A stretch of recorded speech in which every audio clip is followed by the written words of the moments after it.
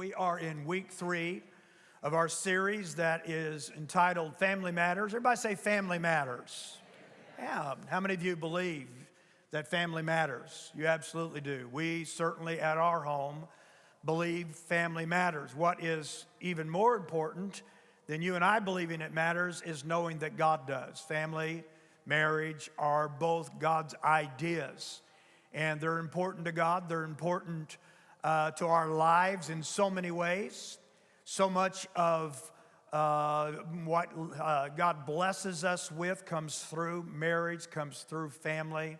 You know, I joke about having kids, and if I had it to do all over again, maybe I wouldn't do it. But you know, I'm just joking most of the time. But yeah, there's just so much blessing that good that comes to us through marriage, through family. So family matters, but we also have family matters. We have issues that arise within our family, everything from just relationship issues, getting along, dealing with conflict in the home and the relationships, to parenting. Parenting can certainly be a challenge. If you have a 2- and 3-year-old right now and you think parenting is a challenge, do I have news for you?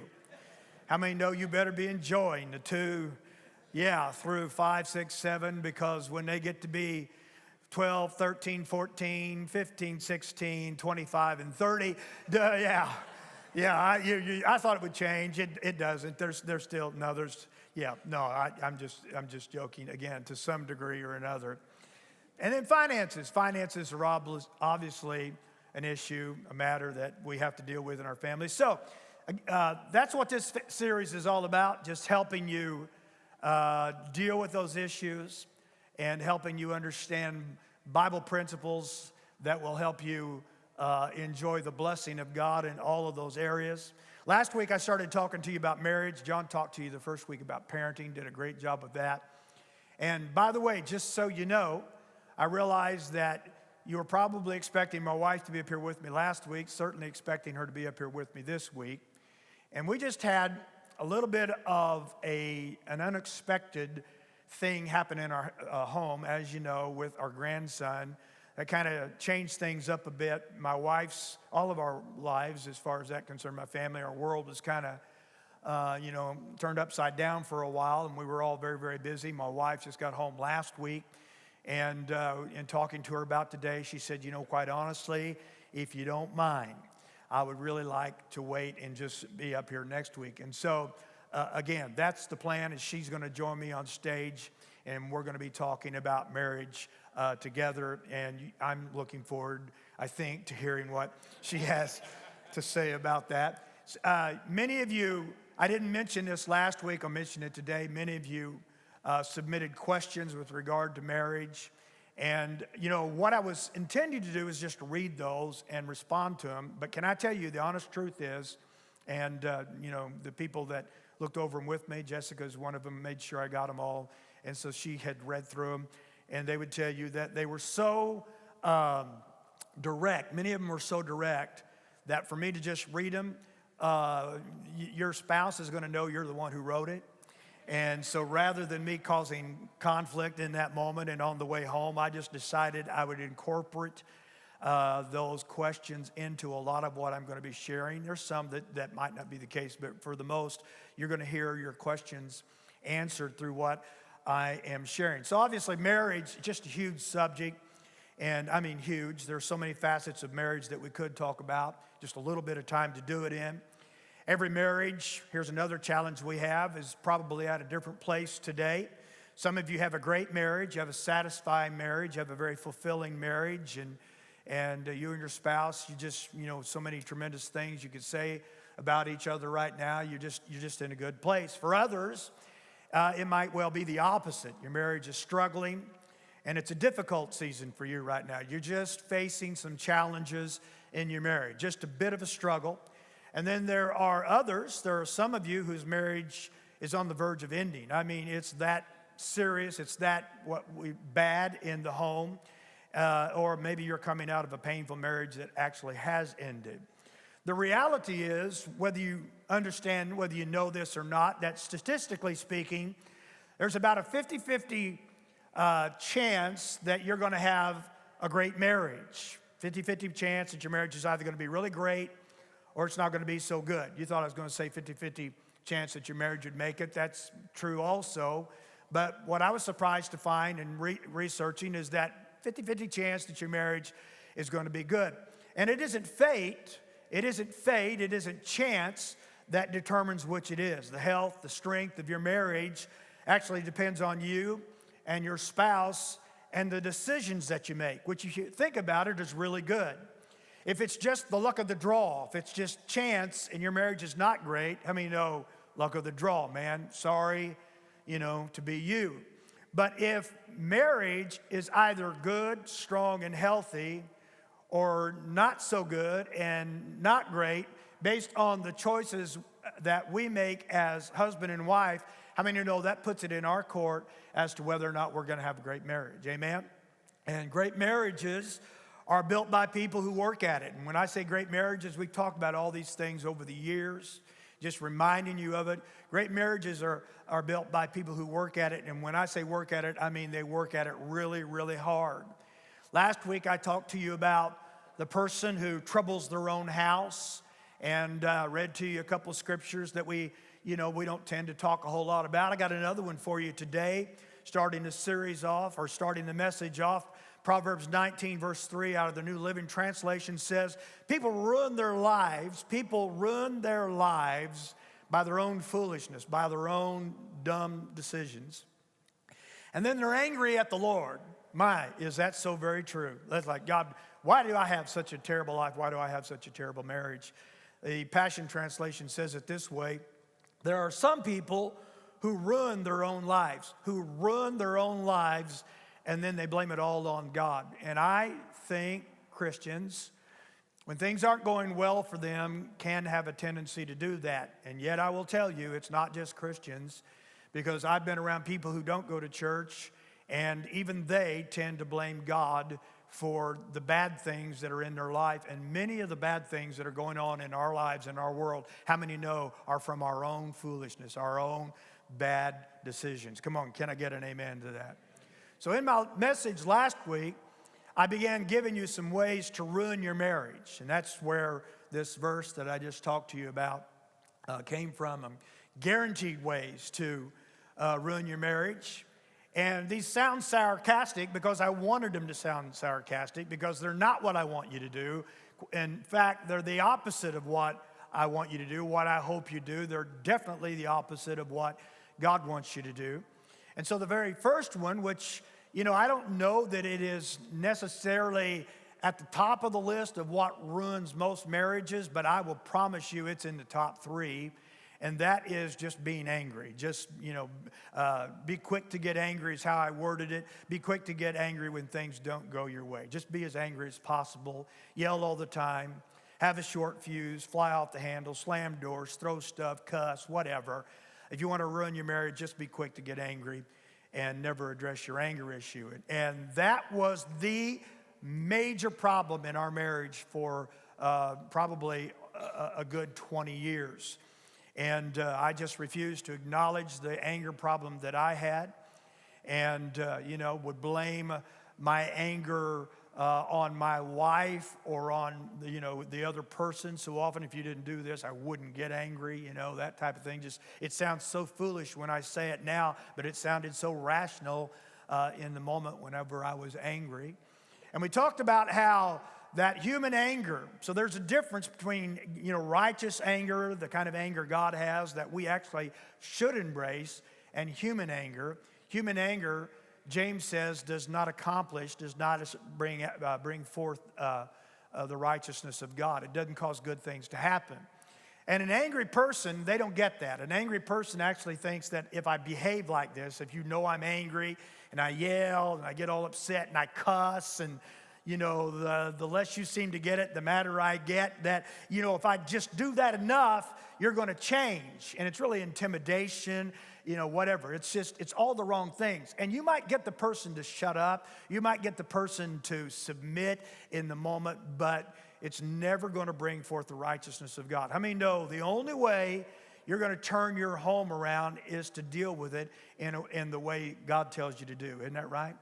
And James, before he says that, let every man He says, let every man be swift to hear, slow to speak, and slow to get angry. As a believer, as a husband, as a wife, you ought to be very slow to get angry. Well, I'm not, Pastor. That's just not who we are. That's not my family. Well, you're a part of a new family now. You're a part of the family of God. And you are to be always changing, ever coming more and more into the image of the Lord Jesus Christ. And so if he says, be swift to hear, slow to anger, then even though that might not be your tendency right now, how many know it can become your tendency? It can become your character if you'll just apply yourself and address your anger. Everybody say, address your anger. And Paul talks about, don't let the sun go down on your wrath. Be angry, but don't let the sun go down on your wrath. So in other words, be quick to deal with your anger. Don't go to bed on your anger. Don't bring your anger into the next day. And anger just keeps building, goes from one day to the next. He's saying, deal with your anger. Get over whatever it is you're angry about and do it before the sun goes down that day. Amen? And so again, that's how important it is to deal with your anger. Number two, if you want to ruin your marriage, these are ones my wife and I practiced for almost 20 years. Develop the habit, because that really is what it is. Develop the habit of talking hateful and in a condescending manner to your spouse. Just talk down to them. They love that, right? And early in our marriage, that's what Sheila and I did. We developed the habit. We didn't start off that way, but we developed the habit very quickly of talking hateful to each other.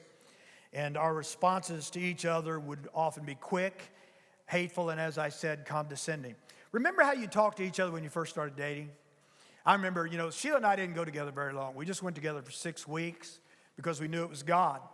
And, if it's God's will, men, get married. If in fact, if you know it's God's will for you, if you're single right now and you get married and you're not married and you know it's God, go out and get your license, get married tomorrow.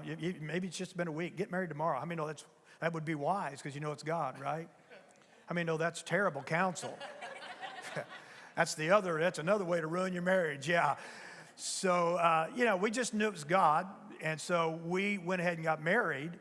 And we had all these issues that nobody counseled us about. Nobody said, hey, you guys got some issues. It'd really be better to address those issues, at least acknowledge that you have them before you get married. We didn't.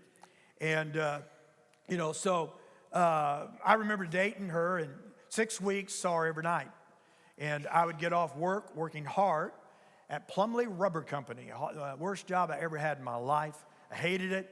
And I would get off work, go home, and I would take a shower, and I would immediately head her direction to pick her up. And what you don't also know is that during that 6 weeks, our church happened to be in a revival, a 6-week revival. So not only did we just go together 6 months or 6 weeks, we were in church every night except for one. They took one night a week. They took off, so we'd go do something those nights.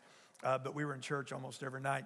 I don't know that it did as much good, but anyway, it didn't help our marriage any. But I remember picking her up. Hey, baby, how are you? Hey, sweetheart. And we'd talk, call each other on the phone. And, she'd say, hey, Archie. And I'd go, what, babe? What, babe? And, hey, would you do? Yeah, sweetheart, sure thing. And then it wasn't long after we got married, she'd say, hey, Archie. And I'd go, what? Come on, would you? Are you? Come on.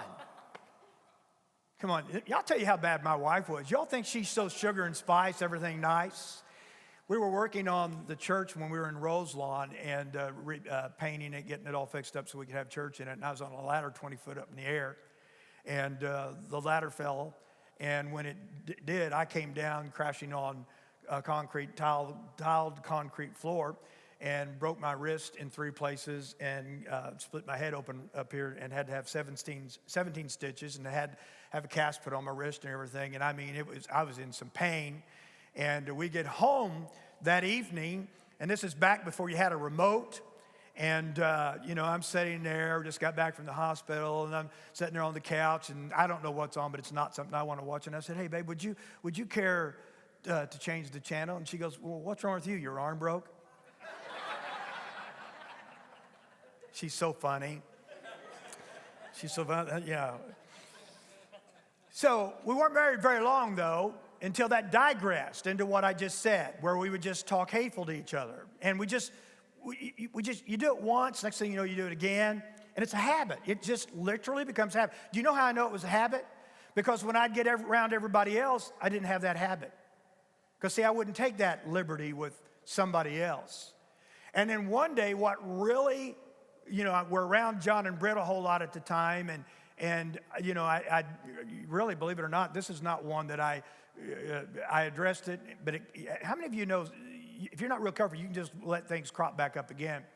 And I caught myself one day, my wife didn't have to say anything to me about it. I caught myself responding to Brittany one day, and then I saw Sheila just immediately after that, and I responded to her, and I said, I answered her kind of hatefully, but I just answered Brittany very sweetly. And I thought, and I think might have been the Holy Spirit, this really, you notice anything there stupid?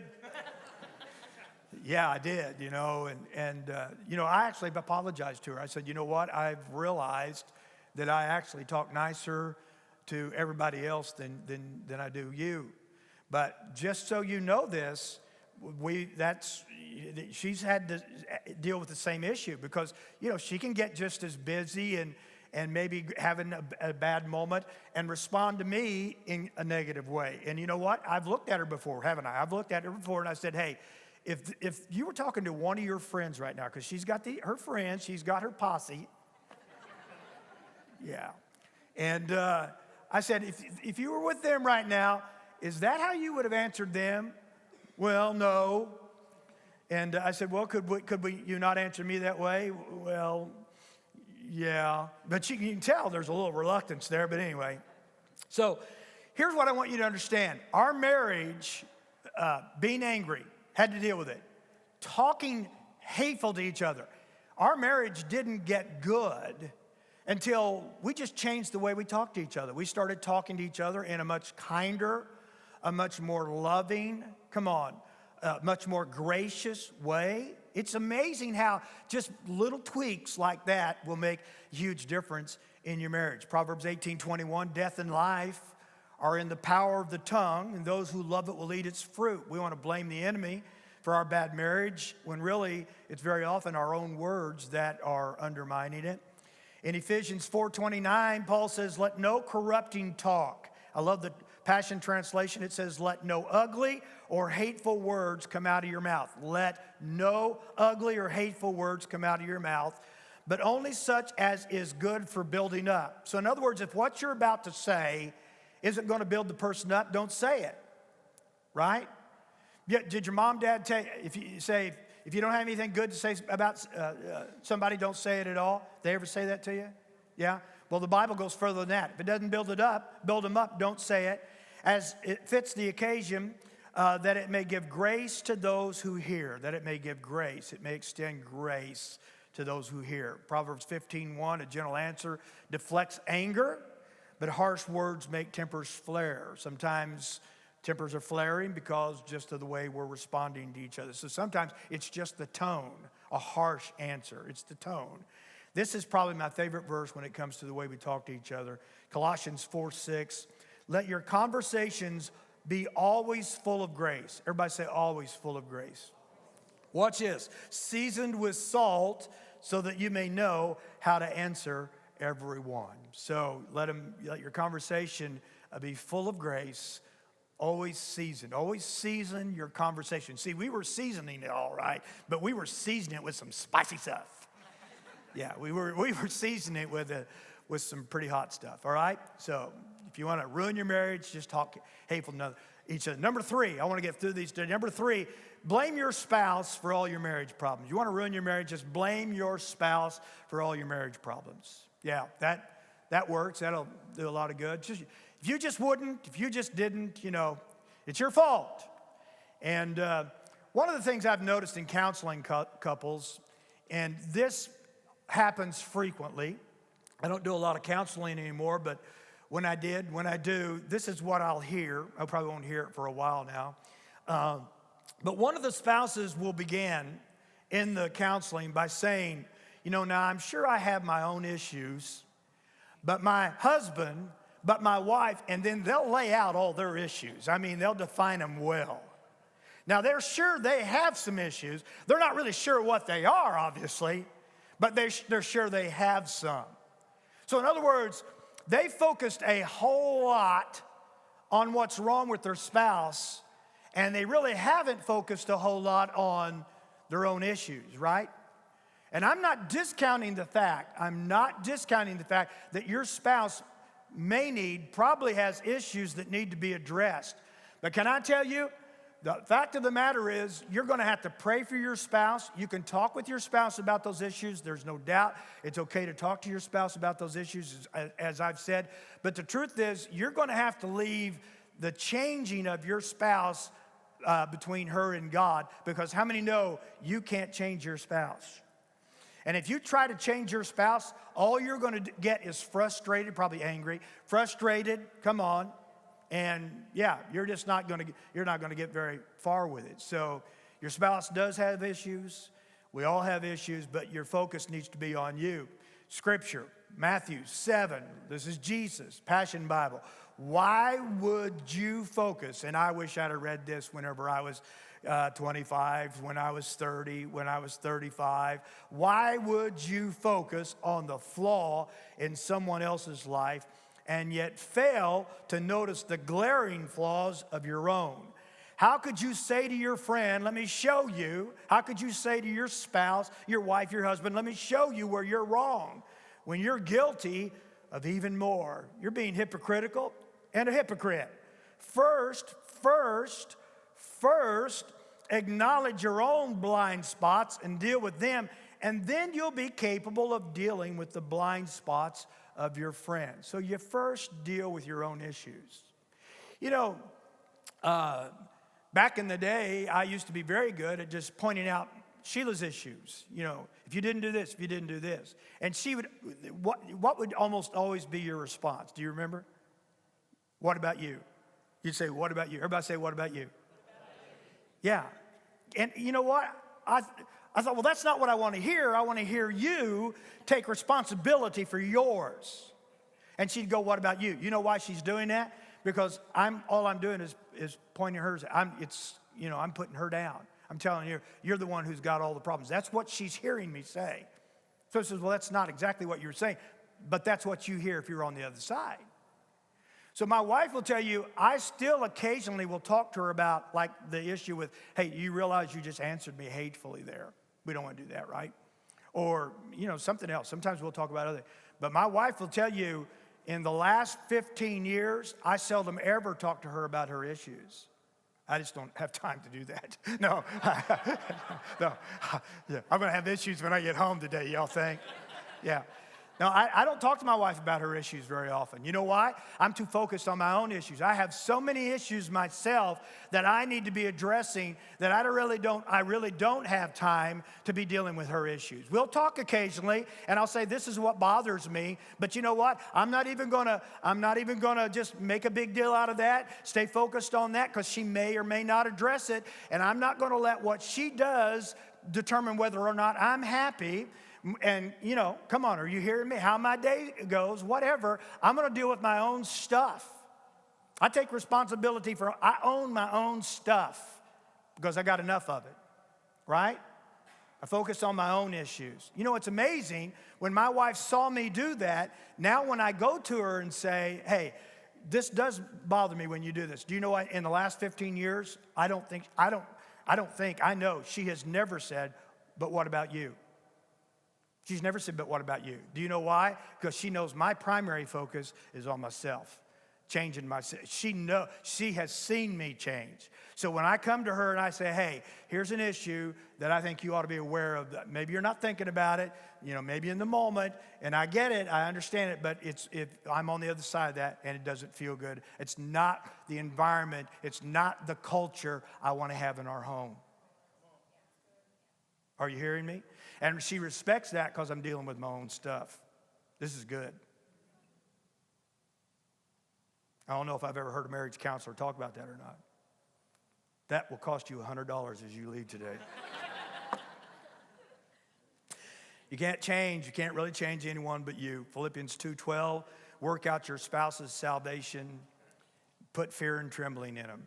Is that what it says? No, it says work out your own salvation with fear and trembling. So, all right. Number 4, this is a good one. Number 4, this is a big one right now. Seek emotional support from someone other than your spouse. Seek emotional support from someone other than your spouse. Someone, actually preferably of the opposite sex. That really is what will definitely ruin your marriage, right? Because that's what we're talking about, ways to ruin your marriage. Like the good-looking single lady at work who obviously knows everything about marriage. And ask her what she would do about something that's going on in your marriage. Now remember, this is sarcastic. But it's amazing how many people are doing stupid things like this. And then to justify it by saying, well, because the spouse will find out about it, whatever. You've been talking to who? Hey, I heard you were talking to, what's that about? I saw a text. What's that about? Well, she just gets me. He understands, he listens to me. So many husbands and wives are making emotional connections with someone other than their spouse. And when you do that, that's called a breach of trust. Man, you are troubling your own house. Isn't that right? It's bringing someone into your marriage. It's bringing a third party into your marriage that shouldn't be. Yeah, it's like Princess Di, whenever she was interviewed and they asked her about her relationship with the king or with the prince at the time, and she said, well, there's more than 2 of us in this marriage. And so that went. So a lot of folks, they aren't just doing this at work, they're doing it on social media. It starts there, it often starts there, but it doesn't end there. So what you need to do as a husband and wife is you need to create boundaries. And we have these in our home. You know, my wife's not going to do this anyway, but we do still have boundaries. We know each other's passwords. Listen, somebody says, are you afraid somebody'd get your phone? My grandkids get my phone. My grandkids. Pops, what's your password? Somebody says, well, does it ever bother you to? No, I don't have anything on my phone. And I got a lot of stuff on my phone, but I don't have anything in there that I'm not afraid they're going to read the text and say, was that to Mimi? Come on.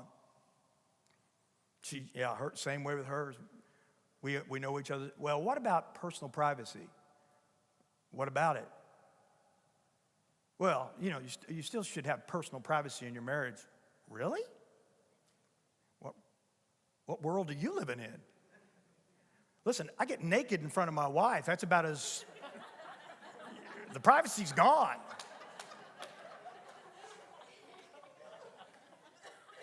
No, I don't say that just to be funny. I don't really say it. That's how ridiculous it is to think that you should have personal privacy.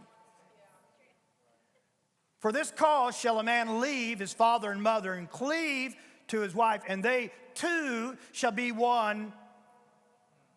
Where's the personal privacy in that? That's how we keep stuff. When you create boundaries, when you know each other's passwords, that's how you keep stuff, helps keep stuff out of the marriage. But you know what? I can tell that didn't go over real well. Because, well, I just think, that's fine. You think whatever you want to. This works. I'll bet yours doesn't. Well, it does. I have my own personal privacy. Yeah, I know you do. But you also don't have things in your marriage that you should have because you're requiring that. Something's going on in your world that you don't want your spouse to know about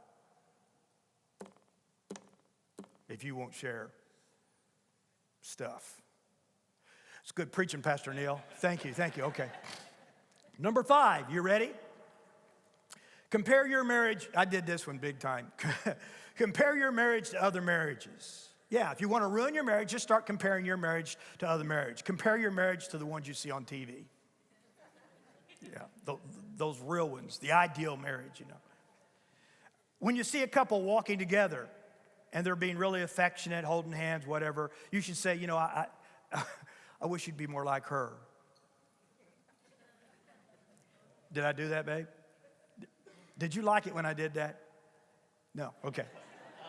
I just thought I'd check. I didn't ask before I wrote this down. You didn't seem like you liked it when I did it, so I just figured, I just thought I read you right. Or when you see a supermodel on the cover of a magazine or on TV saying, man, you should look more like that. Well, how many know that's unrealistic, first of all? Yeah. It's very, listen to me, this is so good.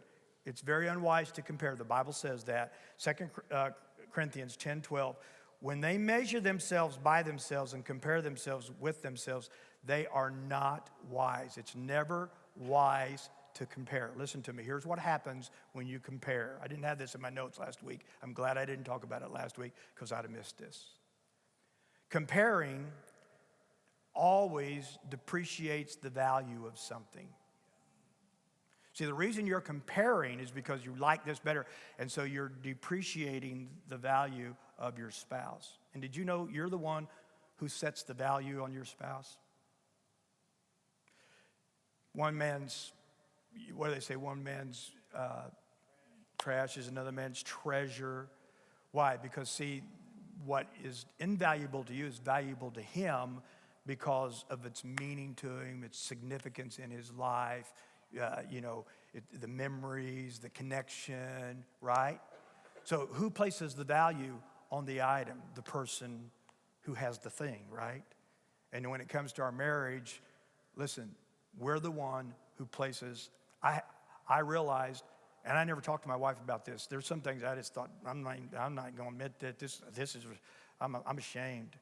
But I did. I was devaluing my wife. And every time I would devalue her, it devalued. I just didn't appreciate her as much. So I started turning that around, started valuing my... Gary Smalley taught it this way. I loved it. He said, I'd see my wife coming into the room, before he realized this, and he'd go, hi. Yeah.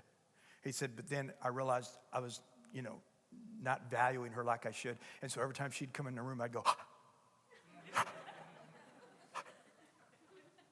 Now, I didn't do that. My wife had thought I was having a heart attack or something. I don't know. You get the point, though, right? All right. So you decide to value things. Now, it's all right to talk to each other about things that maybe you would prefer were different in your marriage. Hey, babe, I do wish we'd hold hands more. We've actually had that conversation, about that years ago.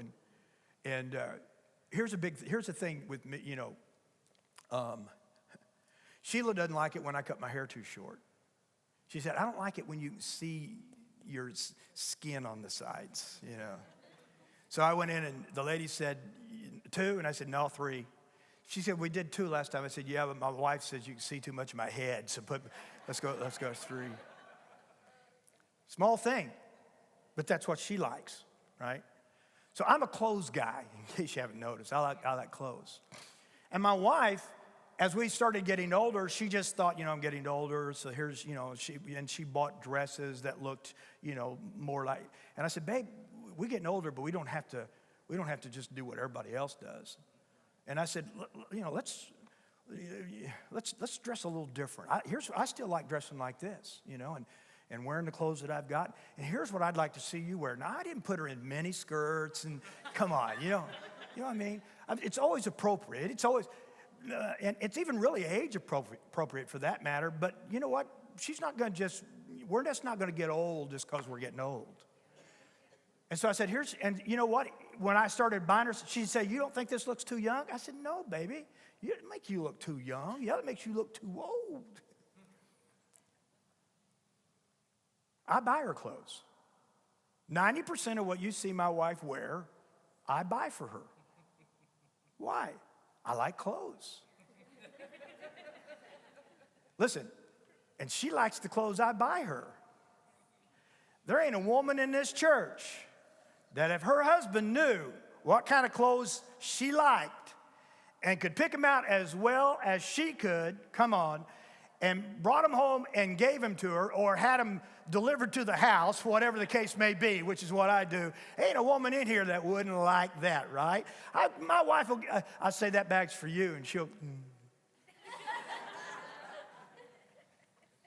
come in there. How does this look? I said, look, you're looking good, baby. You're looking good. You don't look like a You don't look like a 66-year-old woman in that. Come on. Come on. So we can talk about it, but I'm not comparing her with anybody. Do you see the difference? Talking about it, but just not comparing. Yeah. Comparison kills contentment. I wish I had time to spend on all these. It robs connection, and it eats away at compassion. If you're comparing your spouse to someone, you will not have compassion for your spouse in the area where you need to, in the area where you're comparing. You just won't. Number 6, I got to hurry. Turn all conflict into a personal attack and a character assassination. Say things like, you never, you always. I mean, no, nobody never and nobody always, right? We're just trying to, we use extremes to prove our point. But when we do that, we immediately put the other person on the defense. And you know what? When you do that, your spouse is actually going to miss the real point that you're trying to make because they're so busy trying to defend themselves and prove you wrong. So the point gets lost in that. Amen? And it's basically character assassination whenever you say you never, you always. And studies have shown that when you put your partner's character down, you're even more likely to head for divorce. Number 7, just be super selfish. If you want to ruin your marriage, just make everything about you and your needs. What you want to eat, where you want to go, what you want to do.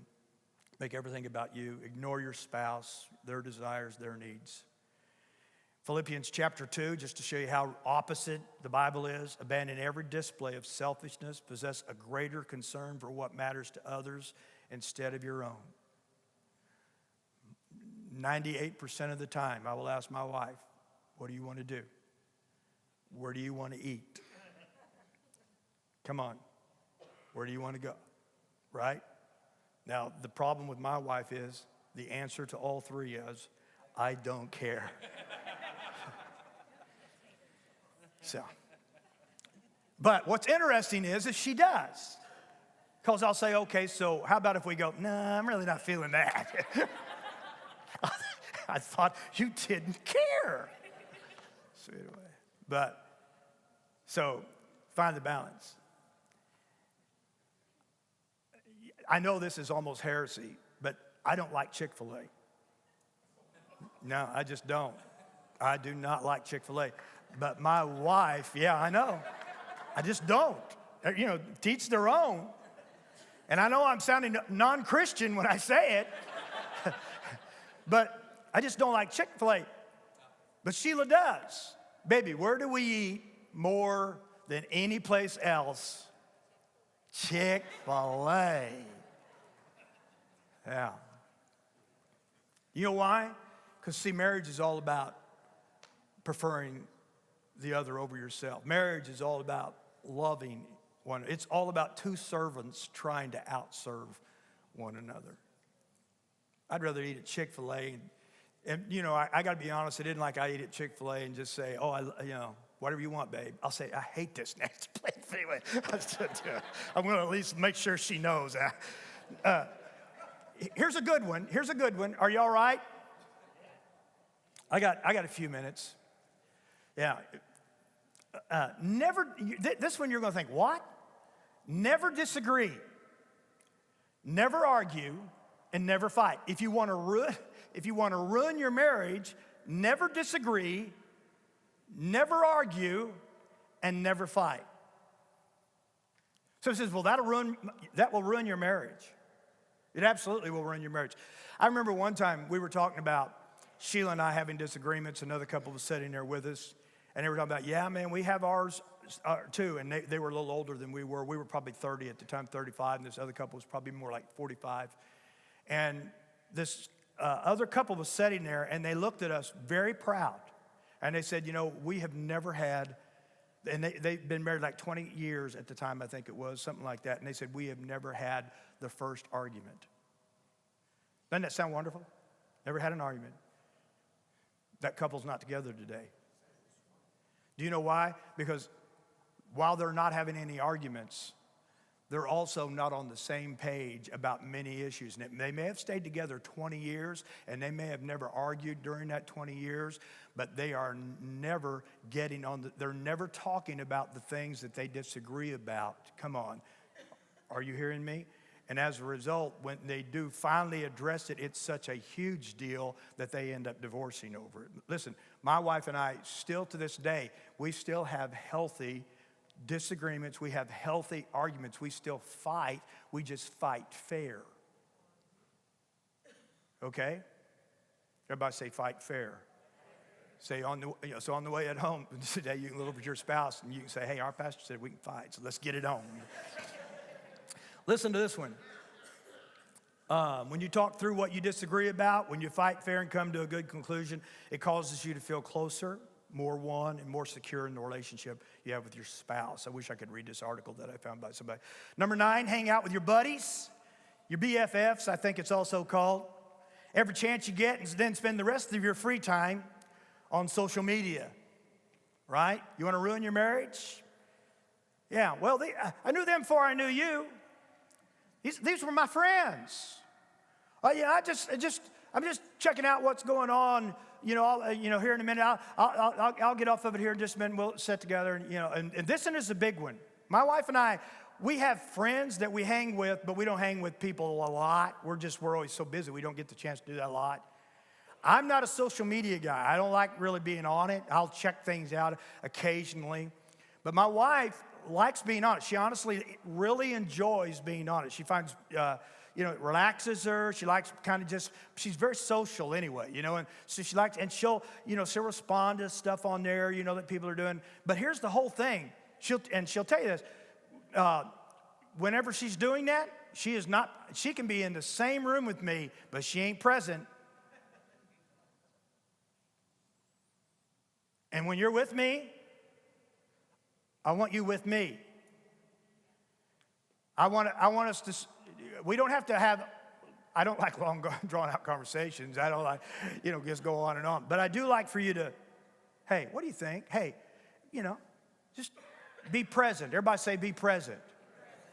So you want to ruin your marriage? Yeah, just spend all your time hanging out with others. Here's a good one. Number 10, don't have any boundaries with your family and in-laws. There's a reason why I live 6 hours from my closest in-laws. No, I'm just kidding. But no, I'm not, if I lived in Tennessee, I wouldn't live next door. I just wouldn't. Let them come over anytime they feel like it. They don't have to knock. They don't have to ring the doorbell. Just walk in. Their needs come before your spouse's needs. Your spouse just supposed to go along. Your spouse will actually feel like you're more connected to your family than you are to them. And if push came to shove, they probably feel like you'd choose family over them. You do marry your spouse's family to some degree, but the Bible is very clear that when we get married, that we are to leave our father and mother and we are to cleave. Everybody say leave and cleave.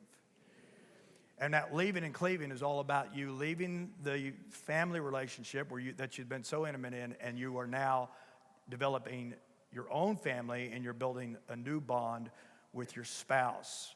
And Ted Cunningham from Focus on the Family, a thriving marriage only works when both husband and wife leave home in numerous ways.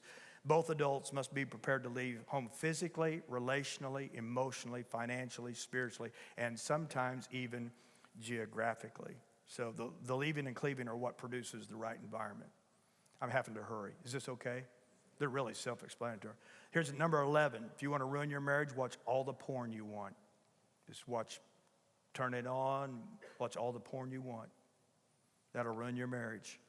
Infidelity is one of the top reasons for divorce in our world today, and porn is marital infidelity. You're being unfaithful to your spouse. And porn undermines your marriage relationship in so many ways. It breaks trust. It decreases satisfaction in the sexual relationship between you and your wife. Intimacy gets sacrificed, and real relationship is forsaken for imitation. And the true purpose of sex becomes very, very twisted. Number 12, remove sex from the marriage. If you want to ruin your marriage, just remove sex from the marriage. Always be too tired to be intimate with your spouse. Think about your own desire. I just don't want to right now. Your own needs rather than your spouse's desire and needs. Listen, this is Bible. 1 Corinthians, Paul talks about, the Bible talks a lot about sex. People don't like it when you talk about it in church. The Bible talks a lot about it. Listen to what the Apostle Paul says about it. 1 Corinthians 7:3, the husband should fulfill his wife's sexual needs. I say, that's what I'm here for, baby. And the wife should fulfill her husband's needs. That's why she's here, yeah. So that's not the only, it's not the only reason, but it is a reason. And it's a big reason, all right? The wife gives authority over her body to her husband, and the husband gives authority over his body to his wife. Do not deprive each other of sexual relations unless you both agree to refrain from sexual intimacy for a limited time so that you can give yourselves more completely to prayer. So if you're going to pray for 2 or 3 days, fine. But 2 or 3 days from, yeah, okay. Afterwards, you should come together again. Watch this. Afterwards, you should come together again. That's how important it is. So Satan won't be able to tempt you because of your lack of self-control. So sex is a normal and healthy part of a good marriage, and it's essential to intimacy and becoming one. And I talk with couples on a regular basis in marriage counseling where things are not good, and one of the subjects that will come up is they never want to have sex. We haven't been intimate in this amount of time. And that's never a problem to one of them. It's only a problem to the one who's telling me we never have. Somebody says, well, I just don't want, I have this issue. Okay, I get that. Get help. You know, I can't qualify everything I'm talking about. I'm just telling you that your spouse, husband, wife, your spouse has needs. And when you get married, they should expect you to fulfill that need in their life. Do I always want to have sex when my wife does? I say, no, baby, I've had a hard day. I just don't feel, I've got a headache. But she just attacks me. She just insists. She just won't leave me alone. I got to wrap this up. Number 13, you want to ruin your marriage? Have sex with people outside of your marriage. Number 14, view marriage as a 50-50 proposition. You give 50%, I give 50%. How many know if 2 people are both giving 50%, all you're getting out of that relationship is 2 people giving 50%. And you know what it takes to have a great marriage? Both husband and wife giving 100%. Let me give you what the last one is, and I put this down, didn't even think about this. Always have good intentions. If you want to ruin your marriage, always have good intentions. Well, Pastor, I was going to do all that stuff you talked about, but you never do it. Always have good intentions. And then somebody asked me to add this one on there because it was causing problems in their home, so I'm going to add it, and it is leave the car sitting on empty every Friday morning for your spouse.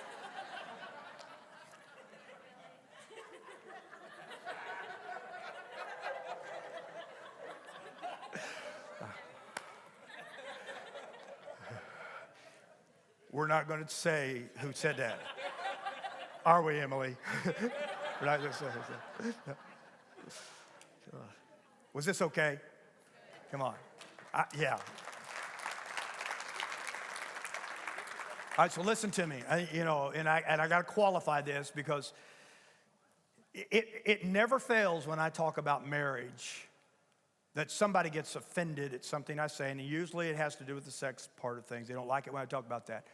But you do realize they're talking about it at school, on TV, and you're getting all these, wrong ideas. And that is a huge part of marriage, and it's one of the major things marriages struggle with. If I don't talk about it, how many know I'm not being a good pastor? And I may not say everything just the way you think I should say it. And if I don't, I ask you to forgive me. But please understand my heart. I'm a pastor, and I want to help you as much as I possibly can, all right?